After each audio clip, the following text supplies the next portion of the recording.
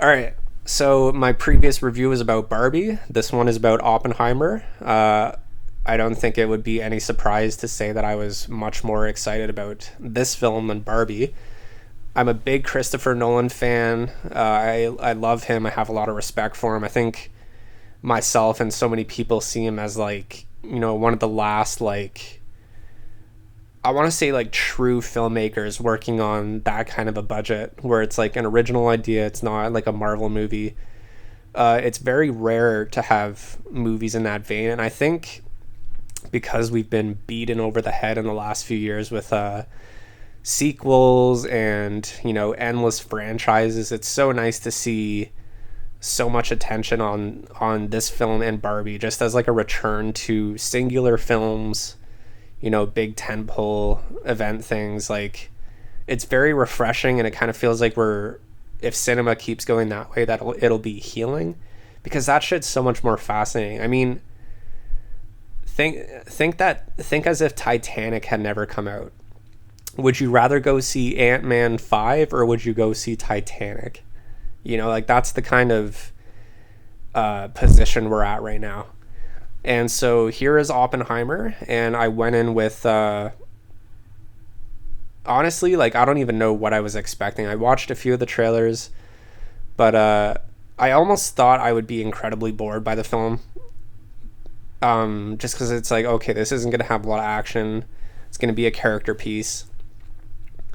And so I watched the film, and immediately I think it's, at least in the first few scenes, it's like, it shows like an intimacy and an isolation and a humanity that I think I haven't really seen in Christopher Nolan films before. Just like the opening scene is kind of Oppenheimer kind of daydreaming about how he perceives the universe like on its smallest scale, and stuff like that was just like great imagery. And there's a great point Nolan made recently where he's like, studios kind of prioritize funding movies based on their scripts, and Christopher Nolan's like, no, you're forgetting an essential part of film, which is purely like the visual audio experience, devoid of story, devoid of dialogue, just your brain reacting to visuals and sounds. And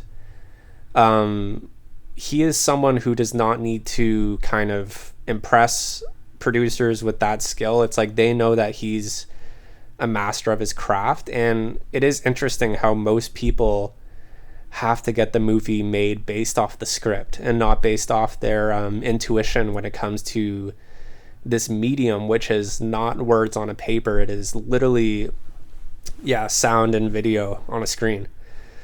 So needless to say, that aspect of the film was incredible. Everything with the visuals were stunning. Obviously there's a scene with them testing the nuke. The lead up and the anticipation to that was masterful. Everything from the sound, the audio, the editing was so good. This deserves the Oscar for editing.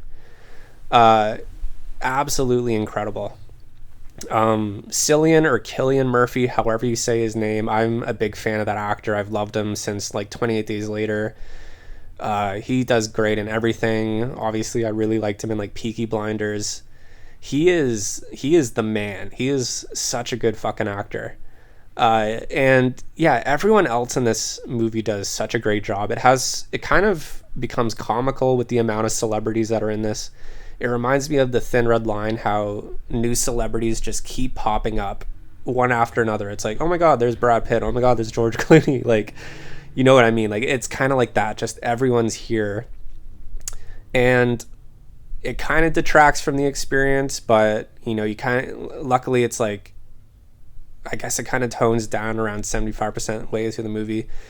Ben Safdie is in the movie doing like a really fucking stereotypical, like, I don't know, Russian accent where he's like World War II, or I don't know what accent that is. If that's like German or Russian or something, but kind of cringy, even though like I love him as a director. I know with his brother, but so yeah, a lot of praise about the movie, but there is stuff I did not like about the movie. Like, I thought the movie was like totally a half hour way too long. There's a lot of stuff in relation to I guess like legal persecution of Oppenheimer.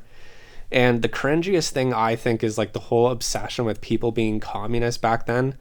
I find it so cringy. I mean, like it's, I don't know, that whole thing. It's like, oh, are you a communist? Like, there's people who could kind of describe that whole thing way better than I can, but I just find it so stupid, that whole like witch hunt that happened in the States, because like it's obviously it's a philosophy, and I guess yeah, the film depicts people having like communist meetups, and I assume that people's fear would be that would translate to political decisions by people in power.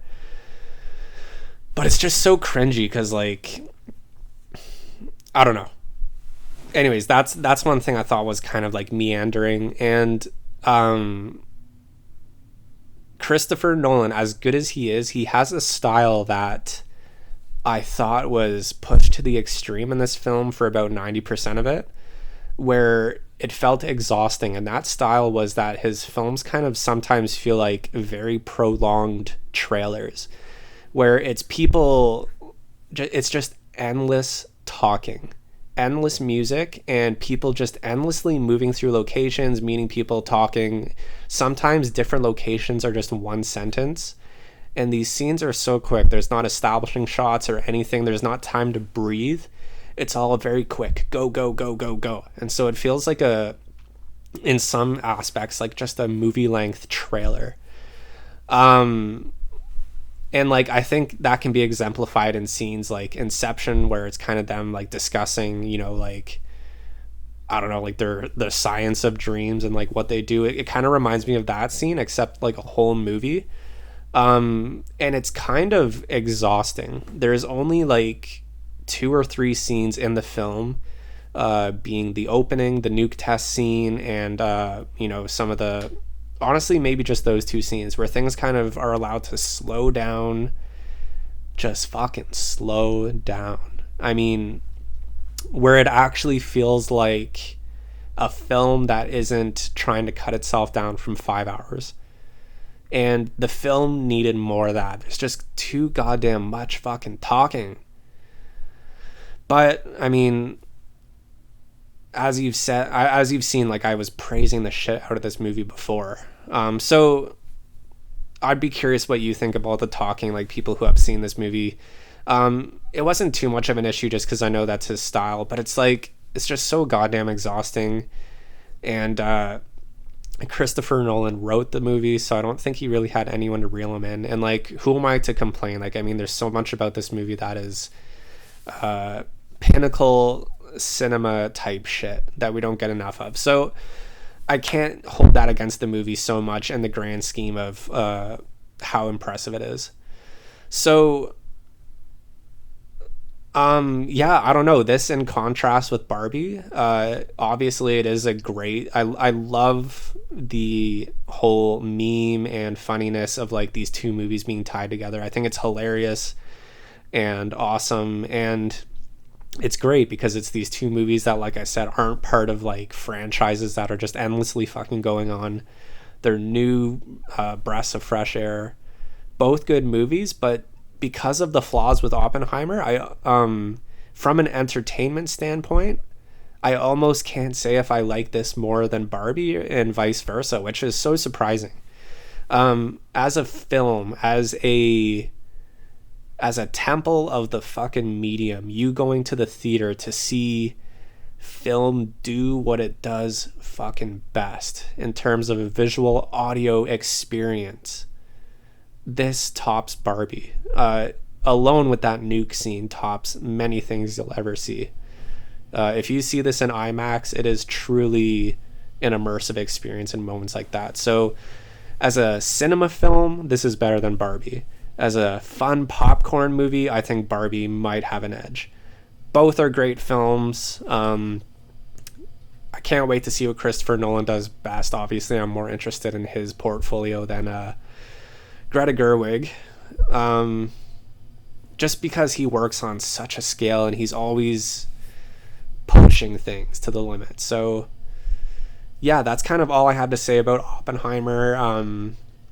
I'd probably give it like a 8.5 out of 10. Like enthusiastic, it's just really brought down by the constant pace, and especially the last half hour, which I think will kind of take a lot of people's patience for granted.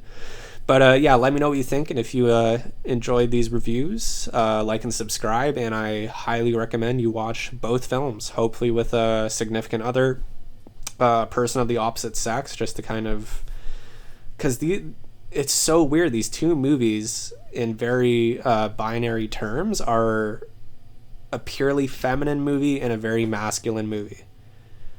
One is like, pure fun, and the other one is like I think once you think about it, like a meditation in terms of, yes, this did change the course of history. We haven't had like a nuclear war pretty much since the inception of these things. Like deterrence was a success.